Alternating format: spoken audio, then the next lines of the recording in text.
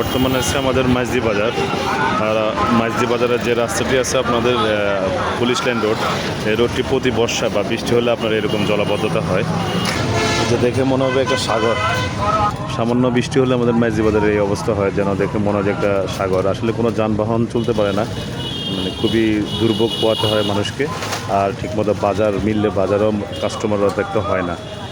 তো আসলে কিছুদিন আগে এটা রিপেয়ার করা হয়েছিল, কিন্তু রিপেয়ারের পরও এখন সামান্য গত 2 দিনের বৃষ্টিতে এই অবস্থা।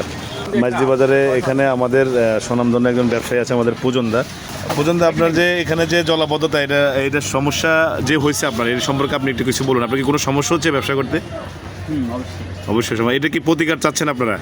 অবশ্যই প্রতিটা হচ্ছে। মামা, সালাম আলাইকুম। আচ্ছা, এখানে যে পানি জলাবদ্ধতা, এটা আপনাদের ব্যবসার কোনো সমস্যা হয়নি? জলবদ্ধতার দিকে আমাদের কাস্টমার ঢুকতেছে না এখানে। কাস্টমার আসতে চায় না, না? এটা কি প্রতিকার চাচ্ছেন আপনারা? এটা তো কয়দিন আগে রিপেয়ার করছিল, তারপরও অবশ্যই কাস্টমার করছিল, আবার যদি জলবদ্ধ হয়ে গেল। জলবদ্ধ হয়ে গেল, মানে আপনাদের এখন ব্যবসা খুবই কম হচ্ছে, মানে কাস্টমার আসতেছে না।